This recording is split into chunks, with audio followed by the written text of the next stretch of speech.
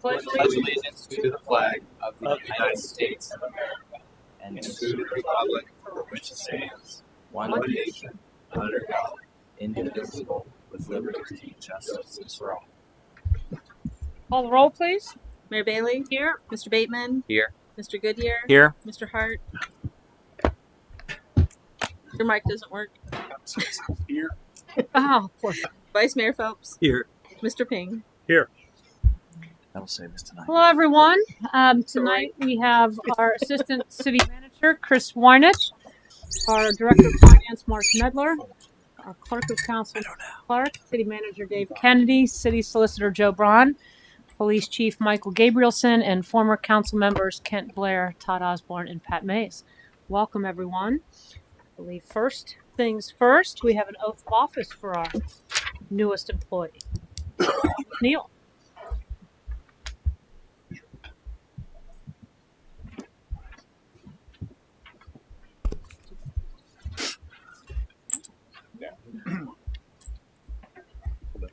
Come on. Okay. So we're really excited to have Maya here. This is the customer service specialist is often the first person that people see when they come into the city, if they have to pay their bill or just have a question. So it's really important that we have somebody that gives a good first impression, speaks clearly, loudly, with confidence, and really helps people. Since me, you know how I speak. So somebody that is a little more outgoing than me that can really get that point across that the city is here to help and it's a welcoming place. And Maya definitely has that. Like I said, we're very happy to have her.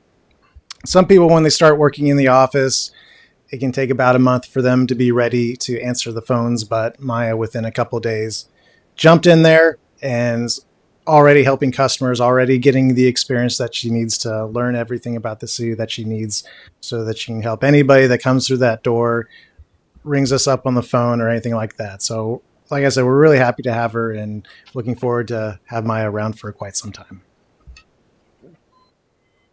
So welcome. We're glad to have you here tonight. This is a way for the community and council to get to know you. We don't always see our employees otherwise. So thank you for coming in tonight. All right. Are you ready? Yes. Raise your right hand. Repeat after me. I state your name.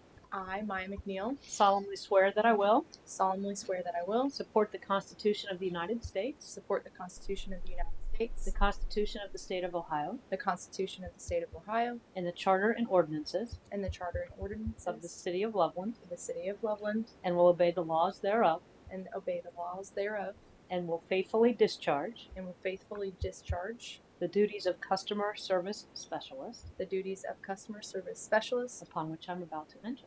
upon which I'm. Congratulations.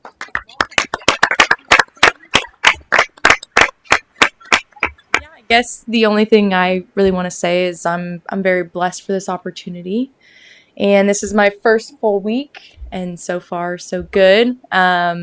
I started on the 2nd, and everything's just been super great. Everybody's been so kind to me, and I went to King's High School, so I kind of grew up knowing about Loveland, and so I'm very happy to be here and serving my community.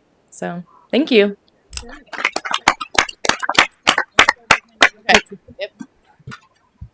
Maya, Congratulations. welcome. We doing a picture? Okay, yeah, Oh, picture. Welcome aboard. With the photo. We'll do a photo. Maybe stand somewhere different.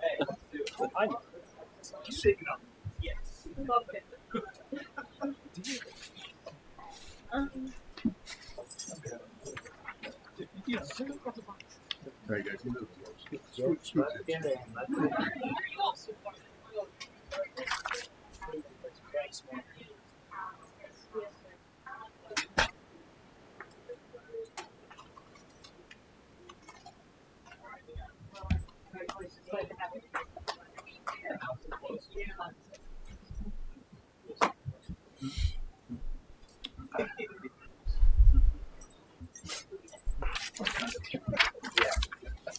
We've got some talent. Yeah, it's super easy.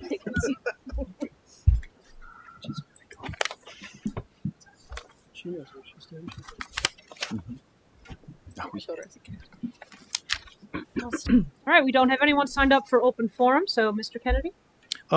We added to the communications tonight a letter from Metropolitan Sewer District on a rate increase. They've raised their sewer rates 3.75%. Again, we have no control. How much? 3.75% rate increase. A couple things.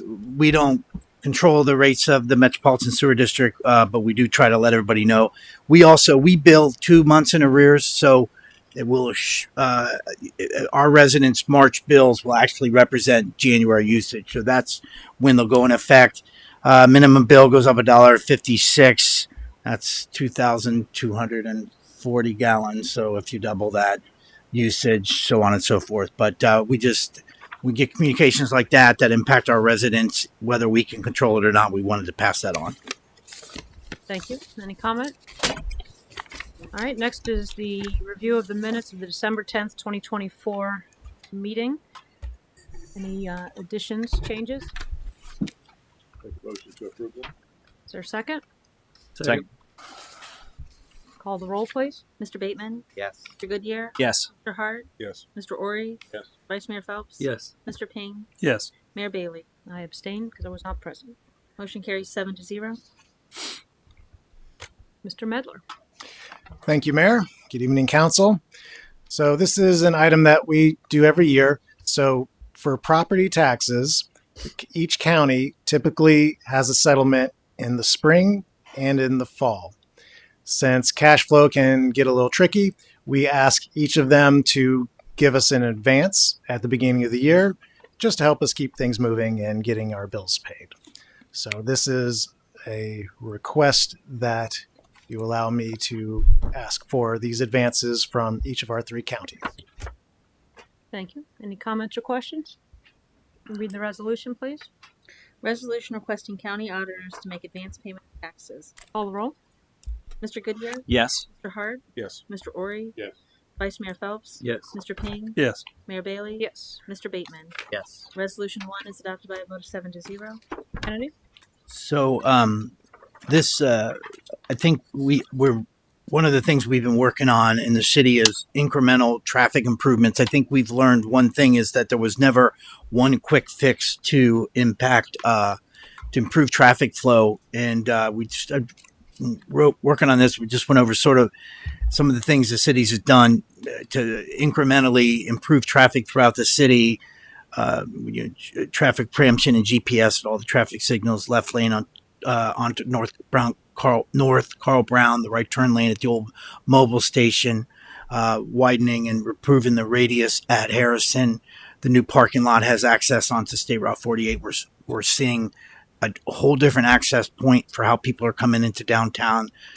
We signal improvements at 5 points. Wall Street, West Loveland got new traffic signals with all the new technology, and recently we added a right turn arrow at the West Loveland Madeira Road right turn lane. With that, we were in your 2025 CIP. We had another traffic improvement proposed for that, which was expansion of the right turn lane onto Loveland Madeira Road from West Loveland. That turn lane currently has a 3-person capacity. 3-car capacity. And what we see is there's about 2,200 cars that make that right turn. And especially during AM and PM peaks, we start to see a stacking where cars are waiting in the through lane for traffic to move through. So we worked with TEC Engineer to do preliminary engineering on what our options were. We actually were faced with 3 options. One that was much, much farther, all the way up to the insurance company. One that was all the way up to the insurance company, included a left turn onto Elm. And this one, which based upon what we're seeing, and Chris agrees, is that by doubling the capacity in conjunction with the right turn arrow that with Mr. Ping had mentioned, he's seen a better flow. We feel like this usage, it's less impactful to the businesses and will still have the net effect. So this particular proposal is what we try to do this time of year is get projects moving so they're ready to go to bid.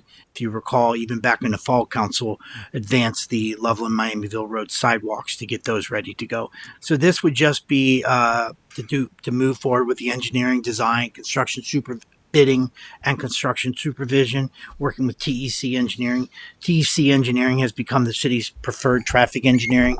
They designed the turn lane at Mobile, which everyone will agree has had a great impact. They just wrapped up a plan that Chris will be presenting to council in a future day for the West Loveland corridor, which was part of City Council's goals.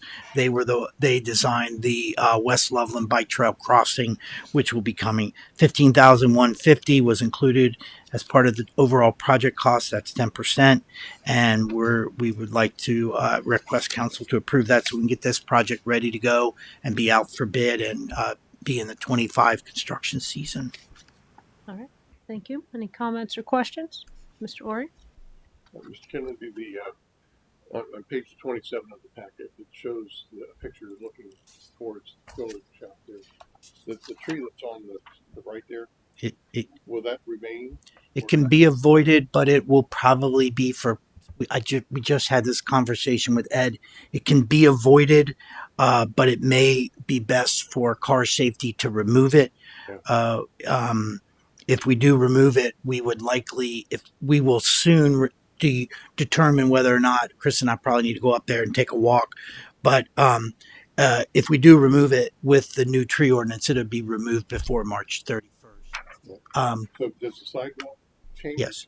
Sidewalks don't necessarily need to be replaced, but because of what we'll be doing by the Dairy Whip for continuity, this is the best time to go ahead and replace that. And that was included in the overall construction cost that was included in the CIP.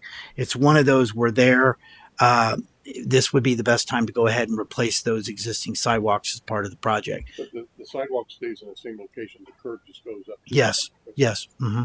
We actually met with the owner, this would be the former owner of the Dairy Whip, about this project, and the taper begins between the two access points into that. That's why it was designed the way it was. We really do see, based upon the traffic flow and the number of turns, especially the AM PM, that we really think this will have an impact, coupled with the right turn lane that helps tell people they can turn right. No, I saw the tree. Yeah, and that picture. If you don't take it out, people are going to hit it because people already go up on the curb now to get into that right turn lane. This will expand that. It's probably best. The drawing on 28 that's my artwork. That's not really very good, but that's supposed to illustrate sort of how that's going to look. Thank you. All right. Any further comment? Yes, Mr. Hart? Did the city already have all the property necessary to make these? Yes, the entire property is in the right of way. There's no right of way acquisition needed. Thank you. Vice Mayor? And I assume, as far as patrons exiting the Dairy Whip, it'll give them still have the option to go straight. Okay, but they'll also have a turn lane in which to turn into, yes, so that through traffic doesn't get held up. Yeah, that's always a problem, especially coming down that route as I do to city council meetings in the spring and summer, because everybody's at the Dairy Whip. And yeah. Often there's a line. That's a good problem for them to have. But yeah, I will make an effort with Chris. We'll try to reconnect with with the new owner of the Dairy Whip, because all of our discussions in the past, this project was actually initially on the draft 2024 CIP, and we pulled it. So it came back this year. Anyone else? You can read the resolution, please. Resolution authorizing the city manager to execute an agreement with TEC Engineering for professional design services, bidding, and construction supervision services, furtherance of the West Loveland Avenue turn lane project. Call the roll, please. Mr. Hart? Yes. Mr. Ori? Yes. Vice Mayor Phelps? Yes. Mr. Ping? Yes. Mayor Bailey? Mr. Bateman? Yes. Mr. Goodyear? Yes. Resolution 2 is adopted by a vote of 7-0. Thank you. Mr. Kennedy? So one of the other plans, this was actually another project that was tabled in 2024. If you recall, City Council's 2020 goal was about, and not to read the entire thing, was strengthening and enhancing our public relation functions, how we communicate to our residents. And that was a goal that the city obviously staff worked on, and biggest part of that was getting our message out to our residents. And needless to say, one of the biggest components of that was the position of marketing communications coordinator, which was the next important part of that was filling that with Krista Rose. I wrote this memo last week. Krista Rose, unfortunately, is going to move into the private sector as of a few hours ago. So that doesn't. So that's obviously a big loss to the city. So with that, one of the other things that we included in meeting council's goal was 3 LED message center signs. The first one, if you recall, was installed on Love and Madeira Road near the Public Works campus. Then another one was installed at the Commerce Park. And then our third was one in downtown. It was to happen in 2024. We tabled it because we were trying to get a balanced budget, and also because we were looking at 3 different options.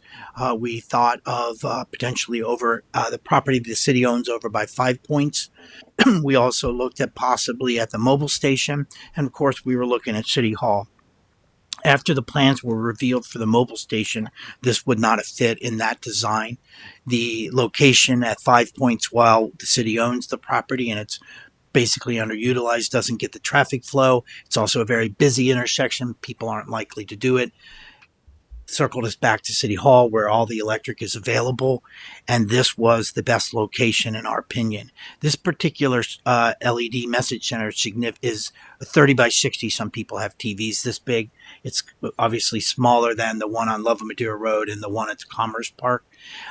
These run off of a software called Ignite OP, which means they can all work independently. You can see how they default. If you happen to drive by the Commerce Park, you'll see that the logos of the different companies that are in there pop up.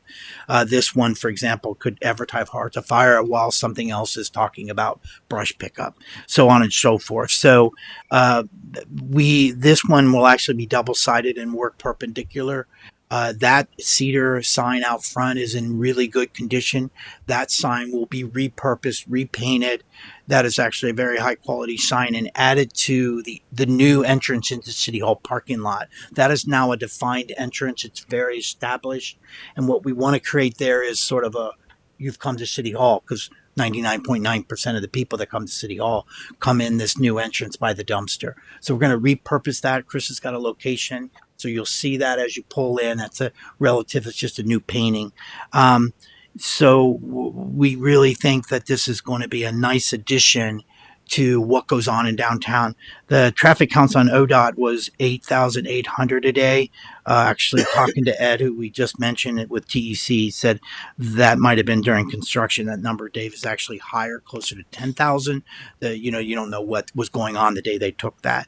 The proposal in front of the city, the 37,610, does not include the brick base.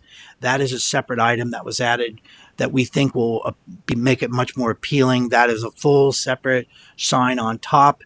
And this brick will actually match the brick at the welcome sign as you come into the city by Veterans Park. That has wholeheartedly been, people have always said they like that look. So that's the look that will carry through here. We're sort of excited. Again, these things take a long time to get in.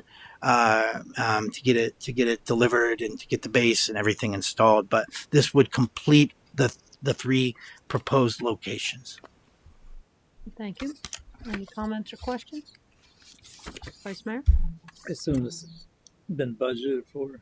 Yeah, we budgeted 35,000. It came in higher, partly because originally I thought we may be able to do this without making it perpendicular, but it's going to work a lot better being perpendicular.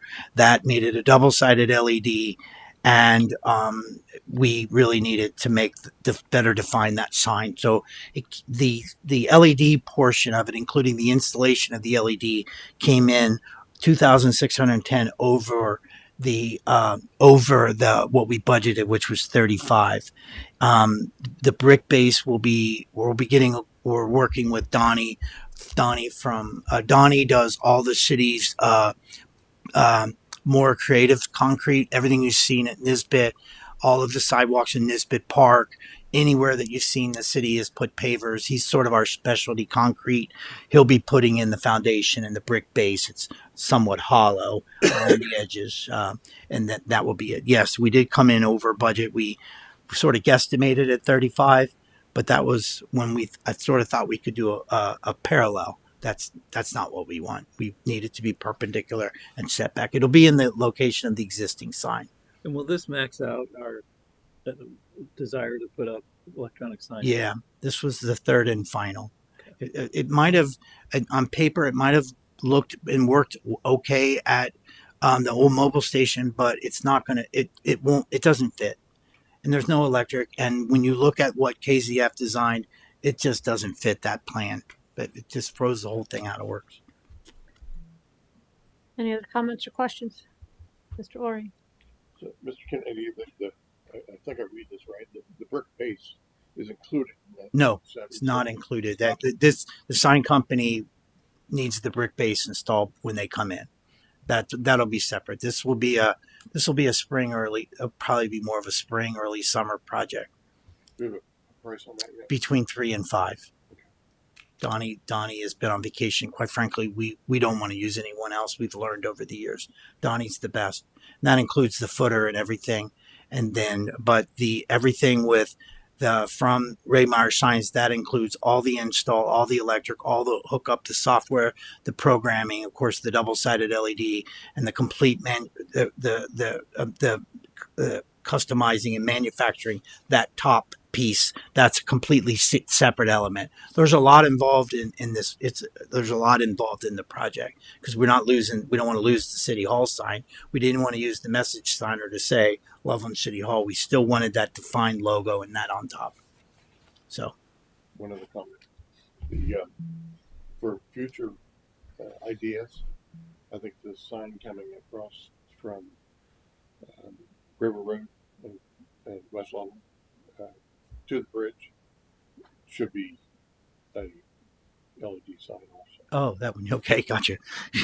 Kind of Yeah, they're very popular. All right. Anyone else? Read the resolution, please. Resolution approving the proposal from the Ray Meyer Sign Company for the installation of an LED downtown message center. Call the roll, please. Mr. Ori? Yes. Vice Mayor Phelps? Yes. Mr. Ping? Yes. Mayor Bailey? Yes. Mr. Bateman? Yes. Mr. Goodyear? Yes. Mr. Hart? Yes. Resolution 3 is adopted by a vote of 7-0. Kennedy? The last resolution I have. So obviously the city council's other goal was connectivity amongst its neighborhoods and when possible creating connections to the downtown district. And I think that council obviously has done a really good job in making these connections.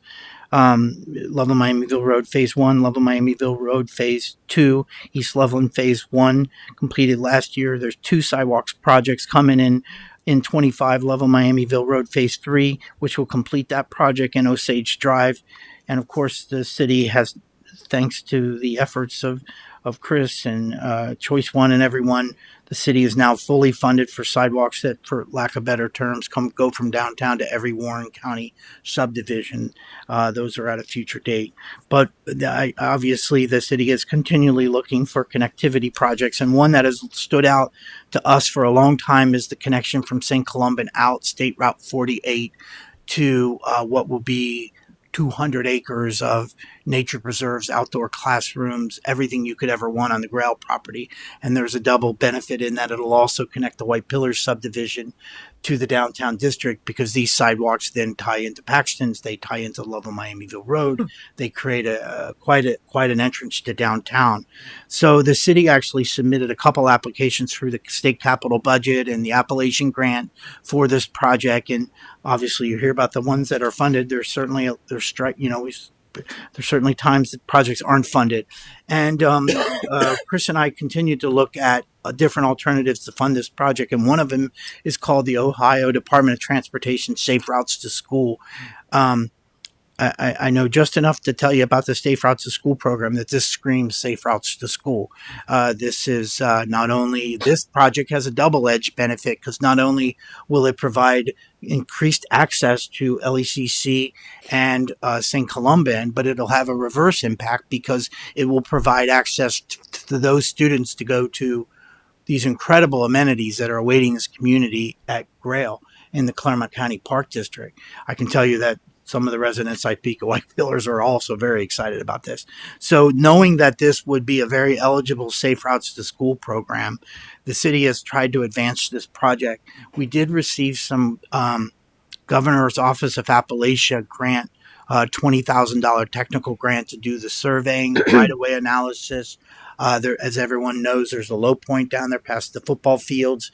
That had to be analyzed on what kind of pipe, a stormwater pipe.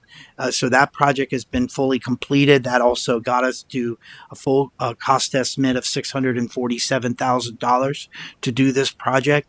It is would be one of the largest single. No, I say this before 48 happened. It'd be one of the largest sidewalk projects in the city. So the problem with the Safe Routes to School program is that you have to do a school plan, and that's very complicated. It requires quite a bit of work. And in talking to ODOT representatives, their question was sort of a question back on the question was, why aren't you applying for funding to hire a consultant to do your plan like all the other communities? So there was a little bit of a ta-da moment, and we realized this was a great opportunity for the city to work towards applying for a school transportation plan project, which is 100% funded through ODOT. You'll read the resolution. It doesn't have a dollar amount because there isn't a dollar amount. The way the process would work, the application, if we're awarded funding, they have a preferred consultant. That preferred consultant would come down. He would meet with some people from LECC, would meet with Pat Lesher and other people from St. Columban. He would come back with a proposal. He would submit that proposal to ODOT, and that would be the funding for the plan. And it would then, if all goes well, we could be, by the end of the summer, the plan is completed, the plan is accepted by ODOT, then the city would be, the door would be open for the city to submit for construction dollars, which could potentially be on the 2026 budget. This really is a wonder, because this project has what you see today in terms of what it would benefit, the schools, White Pillars, but it also has what will be in the future with Claremont County and the Cardinal Conservancy. So right now, there's really no impact. There's no fiscal impact to the city, but it does require a legislation be uploaded into the online application. This is this resolution mirrors what ODOT wants you to present. So, and you say. That will pay 100% of the cost over, up, and above. They need to put that in there. If this plan goes off to other things, that's the plan. The ODOT will pay for what the scope of work is from the consultant to complete the plan. If it goes off into other things, and this is also a caveat to show that this doesn't mean that they're going to pay for construction. That's a whole nother funding bucket. So that's all. Thank you. Any comments or questions? Okay. I'm just glad we're moving forward on this. We've been looking. There were others. We applied for federal money. Yeah, at one you're point right. as well. So anything to move that project forward, I think, is wonderful. Yes, Vice Mayor. That was going to be my question. Is the federal bucket is in play for construction costs? No, it's the state bucket through ODOT. It's the ODOT Safe Routes to School program. I believe a lot of communities sort of look at it and look at the plan and sort of steer away. I talked to Madeira. They went through this exact same process. Actually, they had a public and a parochial school involved too. Through that process, they hooked me up with the consultant who I'm beginning to believe he's the preferred consultant for the region. So if we're funded, this is probably the company we would be using, and they obviously know what they're doing. They would engage LECC and St. Columban. Any other questions? All right, read the resolution, please. Resolution authorizing the submission of a Safe Routes to School Travel Plan Development Assistance Grant application. Call the roll, please. Vice Mayor Phelps? Yes. Mr. Ping? Yes. Mayor Bailey? Yes. Mr. Bateman? Yes. Mr. Goodyear? Yes. Mr. Hart? Yes. Mr. Ori? Yes. Resolution 4 is adopted by a vote of 7-0. Mr. Weinich.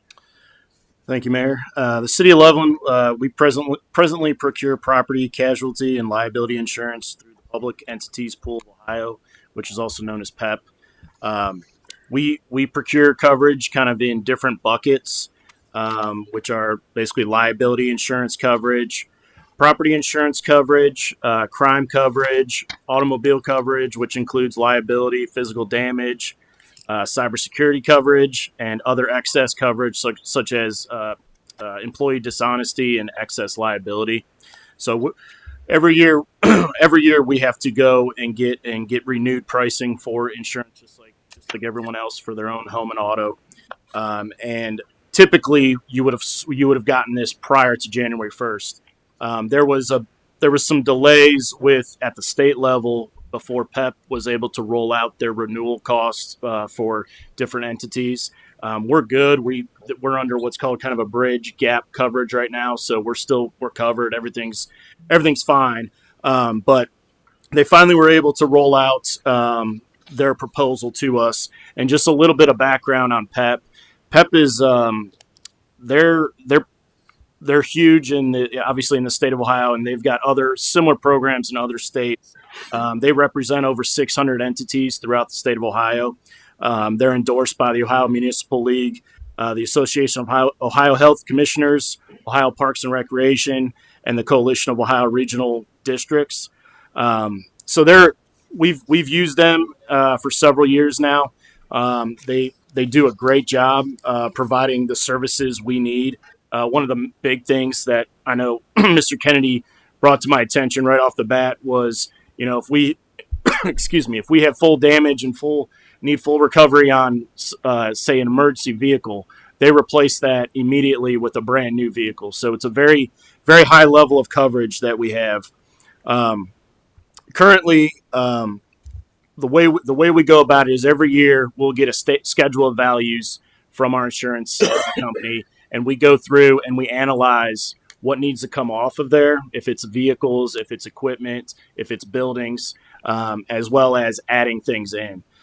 This past year, when we did our audit of it, there were several pieces of equipment, specifically in the public works realm, that was actually not in there.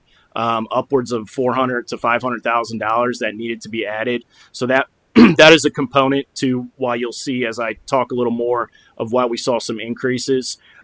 Keep in mind, we also added a brand new ladder truck, also, which was north of $1.2 million. We added several new vehicles, including a UTV ambulance. So those are all included.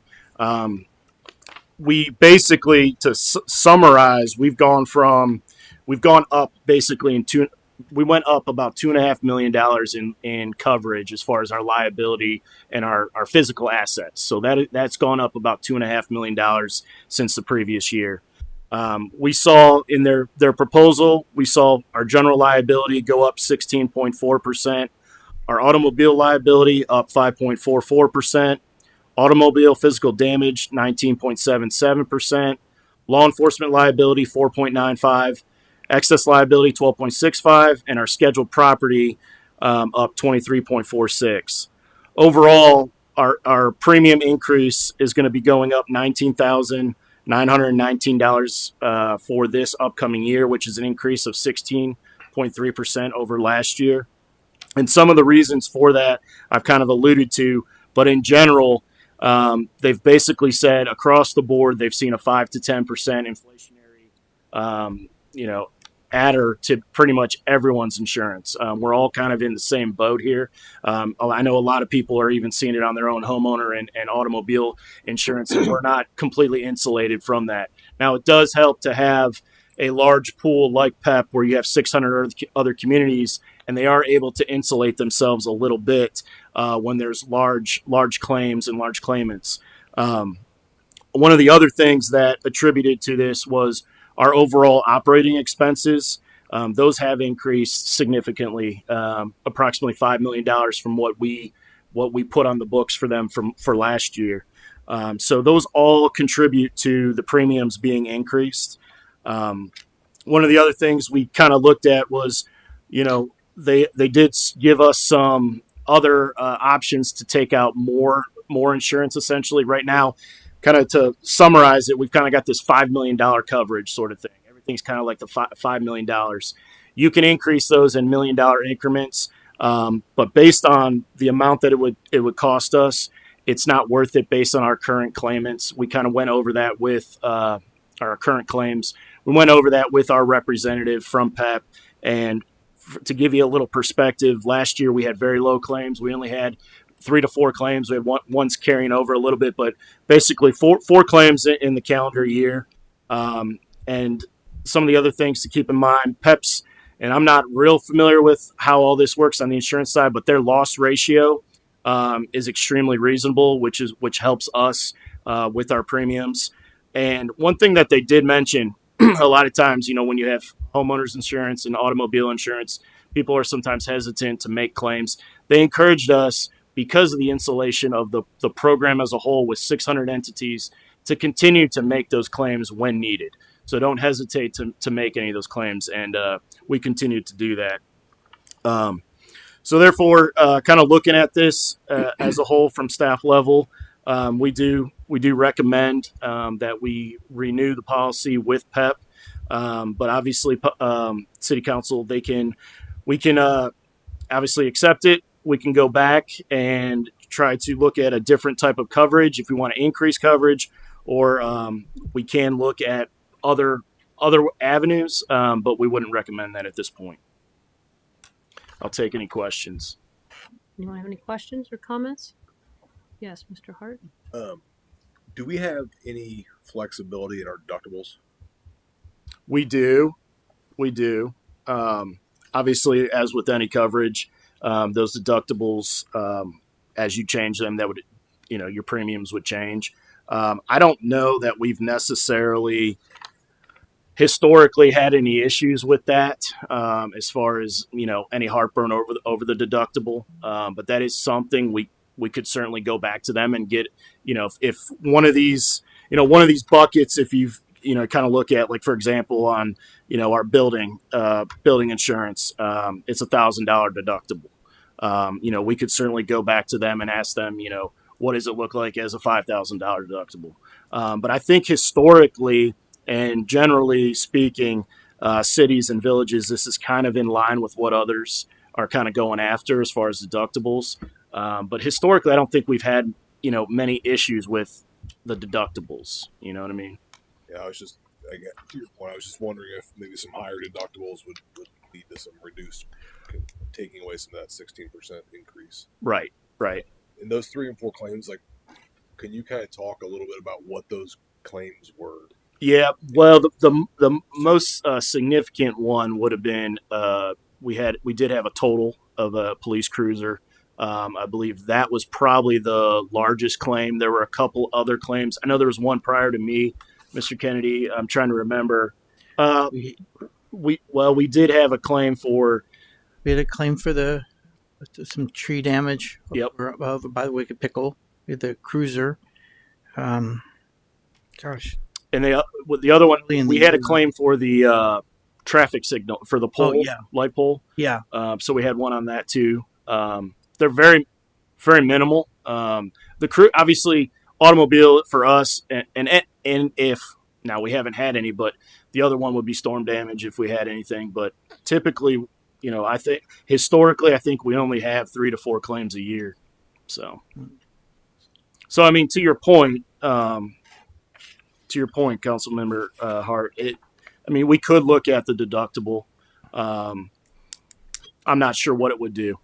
So it's something we could look into.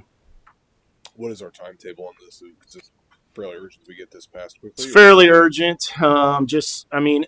They would certainly give us. We could certainly work with them on continued gap coverage. I don't think that would be an issue. My guess is they would. It would be, we would see the increase for the month or 2 months that we have to have that gap coverage. But they would certainly work with us because they understood that it was their delay to not get this prior to the end of the year. So they would work with us if we requested something else to be looked at as far as premiums. Vice Mayor? Yeah, and when a property loss occurs as a result of a third party, don't we go after them or their insurance? I mean, Correct. our insurance pays for it, but we seek as much reimbursement as we can get. Correct. Okay. Yep. So for over $45 million of total insured value, and that's just property, plus you're getting the liability insurance. Correct. So that's 45 plus that. I mean, the premium's 140 some thousand. 141,894. Right. It's fairly, it's a fairly reasonable. Yeah, just Yes. having Yes. paid for homeowners. When you look at, and we're actually at 40 this calendar year, we're at 47.9 for insurable value. So yeah, and it just is incredibly impressive about how much property the city has in terms of not just automobiles and fire trucks, but everything from light poles to building structures and everything in between. So, yeah, I know we haven't shopped it in a while, but I kind of agree with you that if you look at the premiums and the value we're getting for insurance, it's I think one thing to be said as far as the PEP in general, as far as the going through them, is the customer service for us at a staff level. It's incredible, as well as as Mr. Kennedy pointed out to me. If an emergency vehicle gets totaled, and you know how long it takes to try to fund that or get it's immediately replaced in full, brand new, not what it was valued, not what its current day value was, but a true brand new vehicle. So it's a very to your point, it's a very good policy, I think, for the premium that we pay. Mr. Orr? So we have 3 claims, $1,000 out of pocket. We raised the deductible to $2,500 to $5,000. Take those 3 claims. We need to look at. And I guess we'll go ahead and approve this now, because I think we got to look at what is that ratio of savings versus the deductible. Right. Yeah, I would look at 2,500 and 5,000. Okay. Those numbers. Mr. Payne? Well, and that was that was the same comment when I was first looking at this, is just $0 deductible on a couple of these, and $1,000 deductibles seem fairly low with $46 million of coverage. I mean, I have a whole lot more than that as my deductible to keep my rates low on things and at my business. And so I don't think it's a bad policy. I don't think it's a bad program or anything. It's just, I have to wonder, if we up those, what's the delta between that? If the 3 claims we have are $20,000 and we save $5,000 on the policy, then it would obviously be stupid to change things. But if it would shift the policy substantially to raise these a little bit, that certainly seems like it would be a wise move to do that. And if it's under $15,000, it would still be within the city manager's purview to pay it anyway. It wouldn't require it to come before council or anything. So it seems like a $15,000 deductibles would be like a top end that I would think would be more reasonable for what we would want to limit it to. But like I say, these just seem low, somewhat luxurious for the 46 million coverage we have. Any further comments? All right. Are we talking about trying to change it this year or looking forward to next year? So I would suggest I believe based on the delta, I understand it's 16%, but I think overall, I think we were prepared for an increase like this from a budget standpoint. I think this is certainly something that tasking us at staff level next year to take a deeper dive into this is certainly something we can do and look and see what type of improvements we can make with those deductibles changing. But I think we would like to see the policy renewed. Mr. Hart? If we approve this particular resolution as written, does that give you the latitude to go back and have that conversation Yeah, because it would only be reduced. It would only be reduced. I think if I may make a suggestion, if you suggest a not to exceed deductible limit, so if in your motion somehow, so we know, that we're going back, not requesting $15,000 deductible. If we have direction on what deductible you would like to see, and if at staff level we can make that kind of discretionary call. Does it make sense to save that amount of money? I don't want to nitpick your expertise on this. You guys Oh, are I- much more in tune with what this looks like than I am. But I will also want to give you the latitude to have that conversation without having to come back every 2 weeks and talk Right. this. Right. This is kind of what I'm getting at here. Yeah, I mean, the beauty is that the customer service, Chris will be on the phone with Tom first thing in the morning.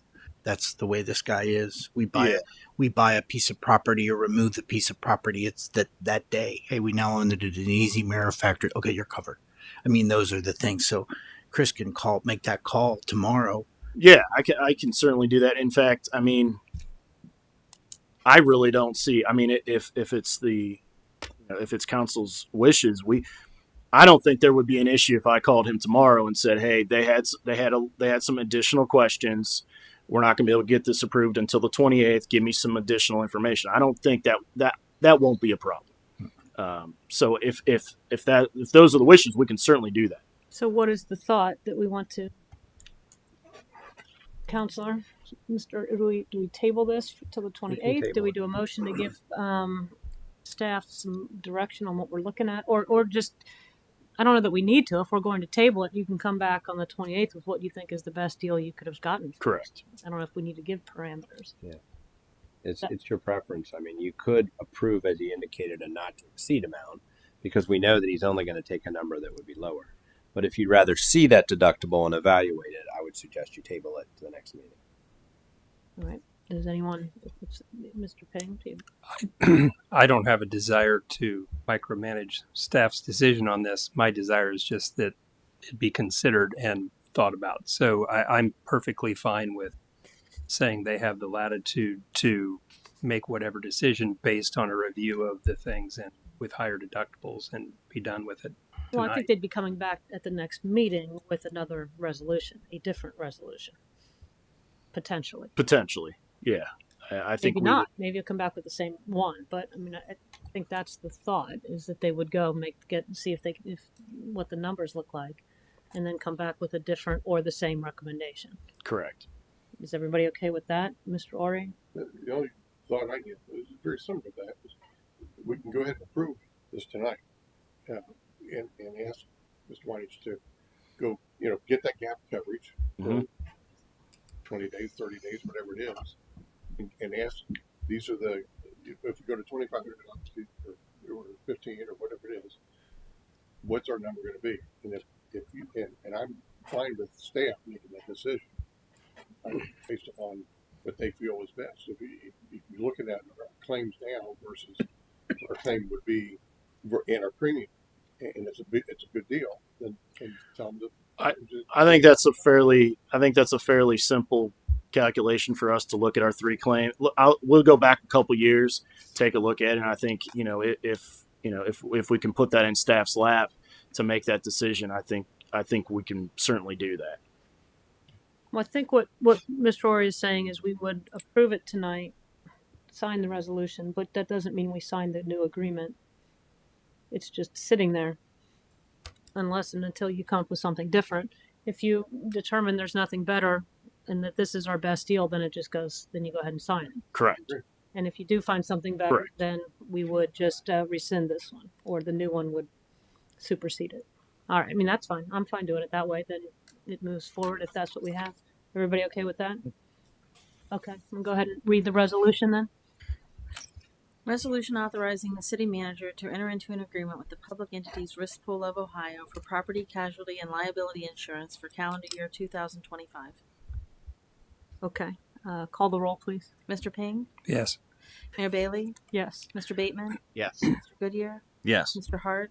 Yes. Mr. Ori? Yes. Vice Mayor Phelps? Yes. Resolution 5 is adopted by a vote of 7-0. Should have known better. Mr. Kennedy. So, and I'll try not to say chicken as much as we all said salt that one day. Remember, that was fun. But this ordinance is about chickens. So, and well, ultimately, because of Chris, roosters got thrown in on the deal. But and again, I'm going to be the rooster hater. the nexus of things that we bring to council, don't somehow they're relatively unique. But this one started with a resident calling saying, my neighbor's chickens are in my yard every day. That led to pictures that were very funny. He's a wonderful guy. When we looked at the codes, which are held in 505 of the chapter deals with all elements of animals. 505.16 deals specifically with farm animals. We realized that his neighbor was well within his rights to let his chickens go all over the guy's yard. So we felt that while the city we're not here to remove our residents' ability to not have chickens, but at a minimum, I remember I had this conversation with the mayor. Her comment was, at a minimum, they should contain them on their property, and that led to taking this to law and ordinance, which Todd Osborne had a lot of background from back in 2011, the last time. So Todd did a good job at sort of crafting what we brought to law and ordinance. And if you've ever attended a law and ordinance meeting, they're relatively spirited and excellent meetings. But out of that, Chris brought forth that the city has also received complaints regarding roosters and some anxious complaints, about a half a dozen in the short time that Chris has been here. Law and ordinance felt that this was a good time to go ahead and address roosters. So, they spent the evening, as they do, ultimately crafting a code revision based upon the foundation that Todd did and brought forth, cleaned up a few other things in terms of farm animals, livestock, but ultimately number 5, which is on packet page number 115, that was really the root of it all, which was no person being the owner or having charge of any chickens shall. Sorry about that. I'm going to try not to say that so much. Shall permit them to run large upon any public way or place, upon an unenclosed land, or so on and so forth. So that was they felt fairly strong amongst conversations amongst themselves that this would be a good time to go ahead and clarify that roosters, turkeys, and all other fowl, excluding chickens, are not permitted within city limits. That then catches on. I'm not 100% sure how we're going to police this. It's going to be Eva's job to go out and count the number of roosters in the city, but it does give the city an avenue. This can be frustrating. We do not have a lot of properties left in the city that are 5 and 6 acres. We are very traditional quarter-acre, half-acre zoning parcels, and I can understand why this would be very frustrating to a resident. So what is in front of you is the final version. The cleaned up version is in the ordinance. City Council has a couple options. They can approve it. They can deny it.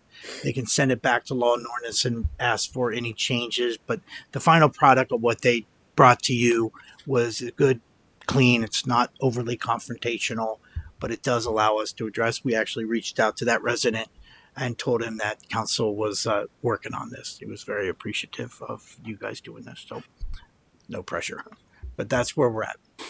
Vice Mayor, as the chair of Law and Ordinance, do you have anything? I was not there for this meeting, so I don't know what happened here. But no, a lot of really good work is what happened.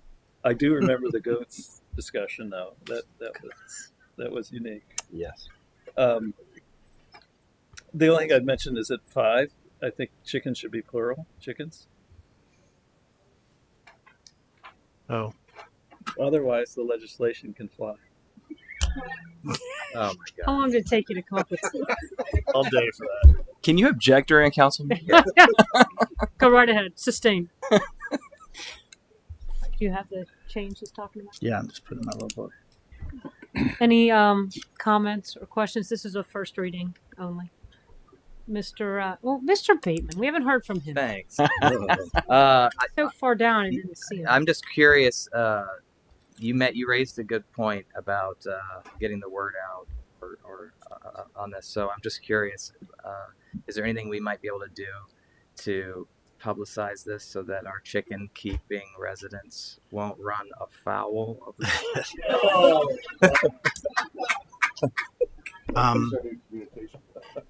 Yeah, it could be on the LED. We could have a chicken on the LED. Contain your chickens. No, but in all seriousness, I do think it's good. Obviously we're going to use that particular resident. I did check with Joe about the grandfather clause, and Joe stated that codes, rather zoning, if this was a change in the zoning, technically all the chickens and roosters would be grandfathered. But, boy, this is something. But because it's a code of ordinance, it goes into effect. No one's actually grandfathered.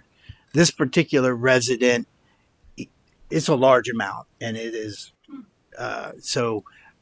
We'll be working with him. But as far as letting him know, I would guess that's a great question, Chris. Yeah, I think. I mean, obviously, to Mr. Kennedy's point, we're not trying to be heavy-handed on this. We're certainly. I don't think this is a, overarching issue everywhere. But there's certain places and certain locations that we are aware of that we'll be. Quite frankly, we'll be going out and literally knocking on the door and just talking through this. We understand it's not going to come to a complete, halt right away. But at the very least, what we're going to start with when we talk to these residents specifically about the roosters is, listen, we're not telling you got to go get rid of your rooster literally today, but we need to phase this out. You need to think about your neighbors. This truly is something that we need to think about, our community and our neighbors. Because, the rooster thing really, it did kind of surprise me that we didn't have anything on the books yet here, because it's, these are, especially where the complaints are coming from, they're on very small pieces of property, way less than half an acre. So it's very surprising. But I think it's, we're going to have discussions, and I think that really, you got to put it in the hands of staff to work through this. And we will actually, to your point, Mr. Bateman, we will get this out. We will publicize it because I think it's going to have overarching approval, in our opinion, based on the feedback we've gotten. You're going to have a couple people that are going to be a little upset about it potentially, but generally speaking, the community is going to, I believe, get behind this and help spread the word. So it's going to take some time. I actually think it's much easier for the chicken situation. I mean, it's simply just creating a containment. The rooster's going to be a little more. Well, to me, it sounds more like it's like a property maintenance issue. It's going to have to require a little bit of it is several notifications and visits. And not to say that needs to be our priority in enforcing it, but I do think there needs to be a little bit of we don't want to just wait. Correct. Give and take when getting the word out is at the very least, I know maybe this isn't what everyone wants to hear, but at the very least, what it's going to do is stop it. Hopefully, if we get the word out, stop it going forward. Okay. We're going to have some struggles with the existing, but at least the community will know, City of Loveland, you can't have roosters, so that's the goal. The other thing I think I had a question about other types of like pheasants, quail, and that was included in this so that it's really just exclusively chickens. We won't have peacocks or correct anything like that. That's the intent of this ordinance. Correct. Okay. Yep. Because you may be surprised. I got a very interesting resident asking about quails. A large number of quails. Right. So my neighbor was asking about quail. Okay. So it's an interesting thing. So thanks for doing this. Thank you, Law and Ordinance, for taking your time in the barnyard. Well, the committee. I'm sorry, raise my hand. Yeah. The committee. We worked very hard. We didn't just wing it. Third time's the charm. No more comments. Let's do the first reading of the ordinance. Ordinance revising section 505.16 codified ordinances of Loveland.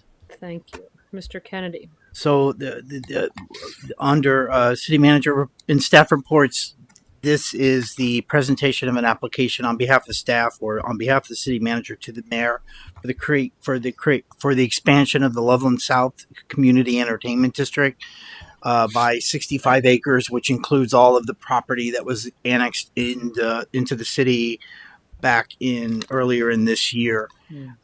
So the city has two community entertainment districts. One is along Loveland Madeira Road corridor, largely West Loveland to Kroger. The next one is Community Entertainment, Loveland South Community Entertainment District, which runs on the city side of Loveland Madeira, for lack of better terms, from Starbucks to the Penn Station, or basically up onto what was Receptions. And the Community Entertainment District, so what we're looking to do is expand the Loveland South Community Entertainment District. We've been in contact with the Division of Liquor Control on those. The community entertainment districts are they're an economic development tool. That's basically what they are. They're very popular because they don't have taxing impacts. They're not going to impact the school district. They don't have taxing implications.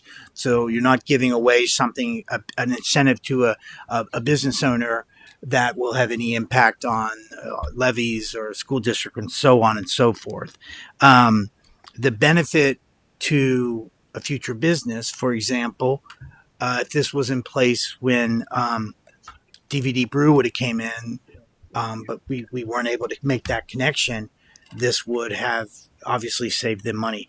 The biggest benefit is if you're allowed one liquor license per 2,000 residents. Needless to say, the city's maxed out their liquor license long before I got here, and that doesn't vary per county line. So any business you've seen that's secured a new liquor license in the last X number of years got it through what's called the TREX process, which is an economic development transfer. And what they do then is there's organizations, law firms that go out and get you a liquor license based upon what you need. It is extremely expensive. Through the community entertainment district, within the boundaries of that community entertainment district, up to a maximum of 15, they create new liquor license they call D5Js. D5 is a standard liquor license. D5J is just within that boundaries, and it's based upon the number of acres.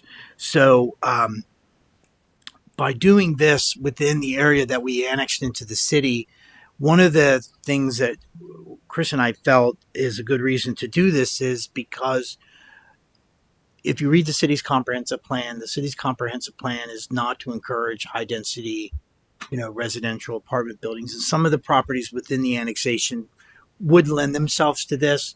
So we felt that putting this community entertainment district into place would help incentivize restaurants or commercial that should better capitalize on its location to 275.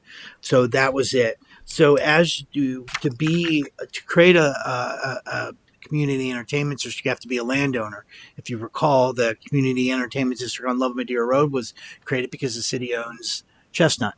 The community entertainment district on Loveland South was the city owns a weird parcel of land behind Walgreens. If you recall, we annexed that, created the community entertainment district. So we inquired to the Division of Liquor Control of whether or not we could expand one without being a property owner in the expansion area, and the answer was yes. That then opened the door for us to be able to expand into this area as shown on the map. This will then will max us out within that district. No liquor license within either of the two community entertainment districts have been utilized to this point. It will put it in place. They will rest there until somebody needs it. It could be a savings of up to between $30,000 roughly to Trex one in versus $2,300 is the current D5 price. So for a prospective business owner, it certainly shows that the city is trying to entice that. So just always try to make this point because this is our third one. CED is not a DORA. It has nothing to do with open containers. And as I mentioned, it is only within. By creating a community entertainment district on Love Media Road, you're not adding liquor license. It's in the downtown district.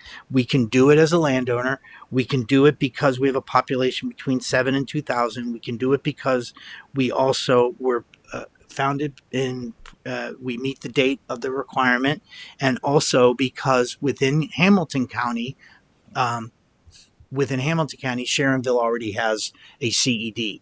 The city does not. It would take. That's why we don't want to have one in Claremont County. So the process is today starts the process. Step one, where the application is being handed to the mayor. Within 30 days, the mayor will come back and submit the CD application to city council with a recommendation of basically yay or nay. Within 30 days from that date, city council shall schedule and require a public hearing. And then within 75 days from the date that the mayor received the application, city council via resolution will either approve or deny. Because these can be submitted by the owner of insert business owner within the thing, they would then have the right, if it's turned down, to modify it. That's all we're doing. There's no action required by council. It's the formal transfer of the application to the mayor. Any questions or comments, Mr. Bateman? I just have a question. I understand that economic development, deploying this as an economic development tool on this newly annexed land in the city.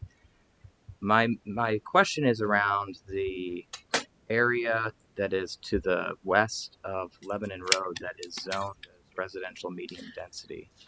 Was that because it needed to be contiguous? Because I can't understand why we would want to have a community entertainment district in a residential. Actually, that parcel goes closer to the church. We did not include that one. There was no way to dissect it. You can't cut a piece of property in half. The topography of that land will certainly dictate that it would likely be the future of that land is probably very similar to what you see when you go up Kemper Road after passing Walgreens because of this massive ravine. There was no way to jump down, no matter how hard we looked, down to get to the bridge. Had to be through HCC. So the bridge had to be the HCC property because that connects. So we could easily go over the daycare. And then once we got there, there was no way to get down to the Stiver property and then back up to the Celeste Kennedy Caden property without using that. But we talked about it, but we realized that at the end of the day, that's also just a bridge like ACC too. It's not going to ever. Yes, maybe the very frontal part of that would potentially have some commercial use, but when the rest of it, you're not allowed to dissect an existing property. That land and HCC are the properties included within this that are already, they weren't a part of the annexation. But to answer your question, there's no way to jump down to Stiver. The touch was diagonal. We couldn't make this an expansion without Couldn't make it an expansion without taking the Celeste Kennedy's property portion that was already in the city, which is coming down Lebanon, that to the right. But we could remove the parcel that goes all the way up to the church. That we did. You can see that top red line there. It could have even went farther. Okay. I'm glad you explained that because, and then also the fact that since we don't own any property in the newly annexed parcels, therefore that could not be a new CED, a standalone CED. That our residential medium density section is the key to moving from our current South Loveland CED to this new expanded CED. There's an advantage to expanding the existing one. We could have reached out to the people involved could have reached out to the property owners and asked them to file a separate application, but I think it's cleaner to let the city to create and file the CED.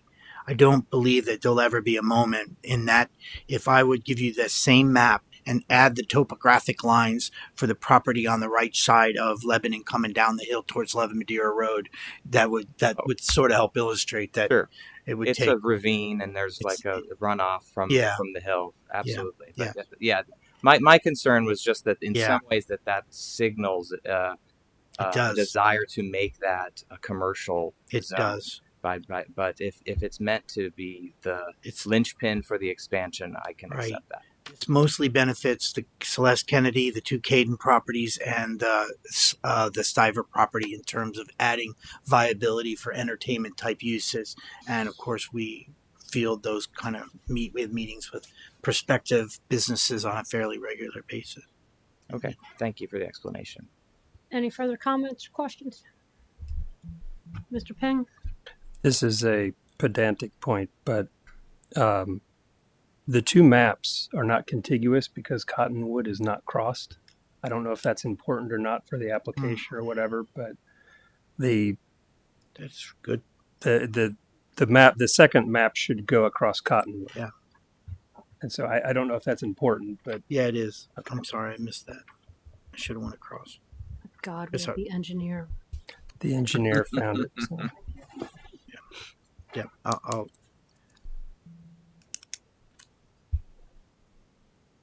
well, there's really no there's really no rush. Crud. Yeah, there really should be a connector. I really can't modify the application after I already hand it to the mayor. So Not taking it. I'll fix it. I'm sorry that it should. What is How's that? handed to the mayor? Don't hand it to me. Okay, I'll be back. I will not. I won't bore you with a memo. I'll just I'll have just the application, basically packet page 125 on, will be included in there. Thanks for catching that, Kip. My name is Mr. Ping. Ruined his whole evening. All right. Anything else? All right. We do have announcements. City offices will be closed next Monday, January 20th, in observation of Martin Luther King Jr. Day. The city is hosting an open house on Wednesday, February 12th from 6 to 8 at City Hall to discuss a proposed roadway improvement project on Loveland, Madeira from West Loveland to just past Valley View. The purpose of the meeting is to discuss the project and proposed improvements within or with the community, to answer questions and to gather community input before making final decisions. More information about the open house is available on the city's website. The Loveland Sesquicentennial Committee is preparing for the city's 150th anniversary in 2026 by leading a public art contest to update the Loveland flag. Artists that live or work in Loveland and are at least 18 years old are encouraged to submit their design by March 31st. Details about that are also available on the website. Does anyone have any other communications, announcements of any kind? Can we have a motion to adjourn? So Or second? Second. Call the roll, please. Mayor Bailey? Yes. Mr. Bateman? Yes. Goodyear? yes. Mr. Hart? Yes. Mr. Ori? Yes. Vice Mayor Phelps? Yes. Mr. Ping? Yes. Motion carries 7 to 0.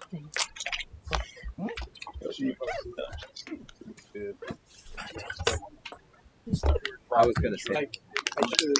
I did not.